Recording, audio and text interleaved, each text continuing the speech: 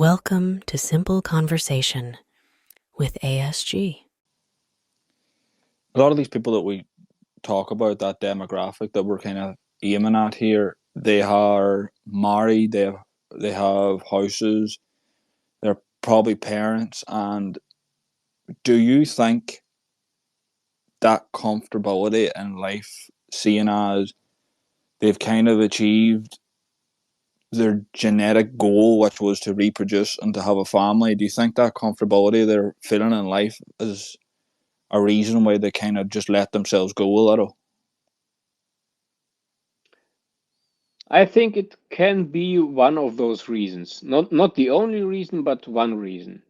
Um, but in my mind, it's also that we as fathers forget that we lead the family, and we don't have to say much because our children don't do what we say; they do what they see.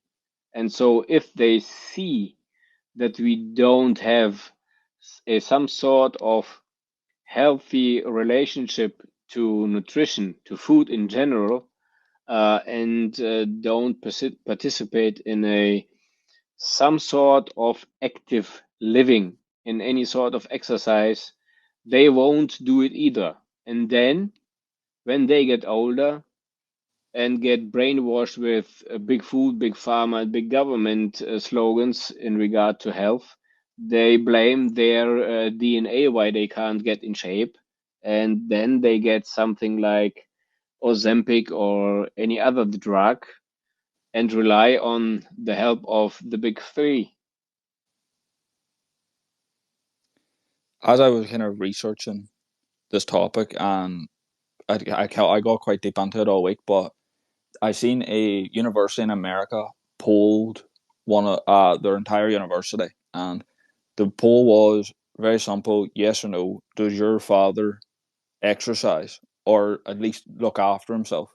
And it's very simple: yes or no. And they wanted to see how many households now have a leading figure that does still take care of themselves, and they quickly were shocked by the results because every person who was placing highly academically or in sports or in some kind of activity in any way that they were placing towards the top percentage of people involved, their father all exercised and looked after their health, and they didn't have Mm, any outstanding health problems. And everyone towards the bottom, as it kept getting lower and lower towards the bottom of people who were really underperforming, you could really see the decline in how their father was taking care of his body, and it was getting worse and worse as you went down.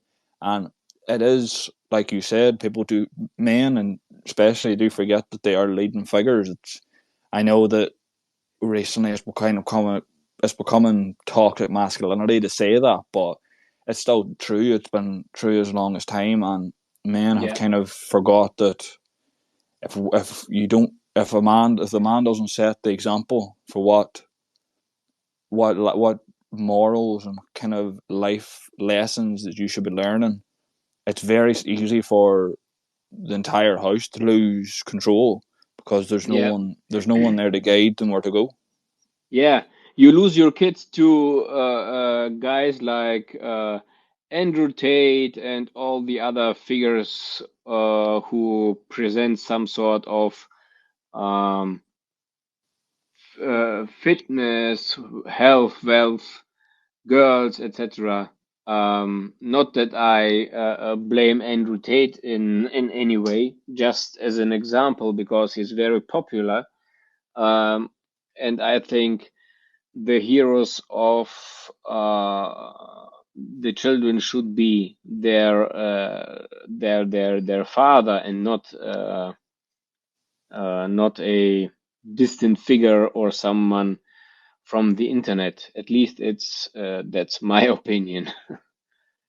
I think you're very true there, and I also do see the other side of it, where as much as social media may be damaging, it has birthed some figures that kids who maybe don't have a father in general, or don't have a father that's kind of taking charge of their own lives, never mind their kids, they do have someone now that they could look at. And I'm not saying that Andrew Tate should be seen as a father figure for men, but if a kid that doesn't have any of those lessons that a dad should learn them through life, the way Andrew Tate speaks, I know he does have some questionable things he says, but he has got some lessons there from what a young man goes through and what a young man should do to build strength in himself. And he has got some lessons that could be very beneficial to someone who, like you said, the father isn't leading the way he should be.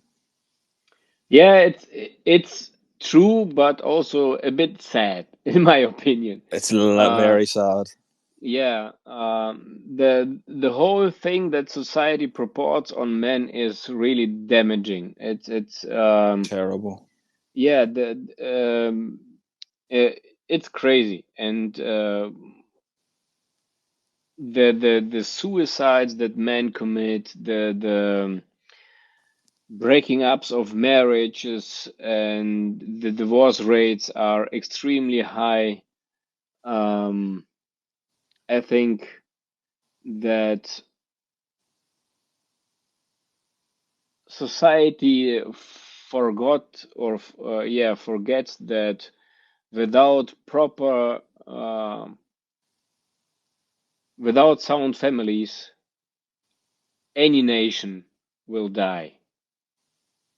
You can't build or sustain a nation where uh, everybody does their own thing. Um, it never happened before, and it will never happen in the future. It will never succeed.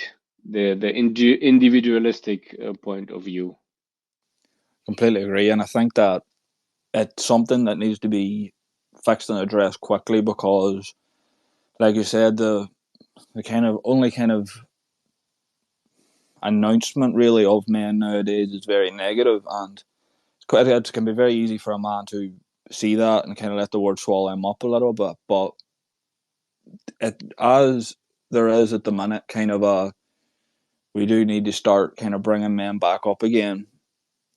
Men should be looking at those statistics. Like I hear every day, like new statistics about the male suicide rate or men that are just generally unhappy with their life, and it angers me to the point where I want to make sure I'm not part of that statistic because a young man growing up in 5-10 years time is going to be growing up in an incredibly scary place for a man if it's not met head on very soon, because I don't see a world where a young man can go strong morals and strong mindset and strong values when the world around him is constantly telling him how bad a position men are in.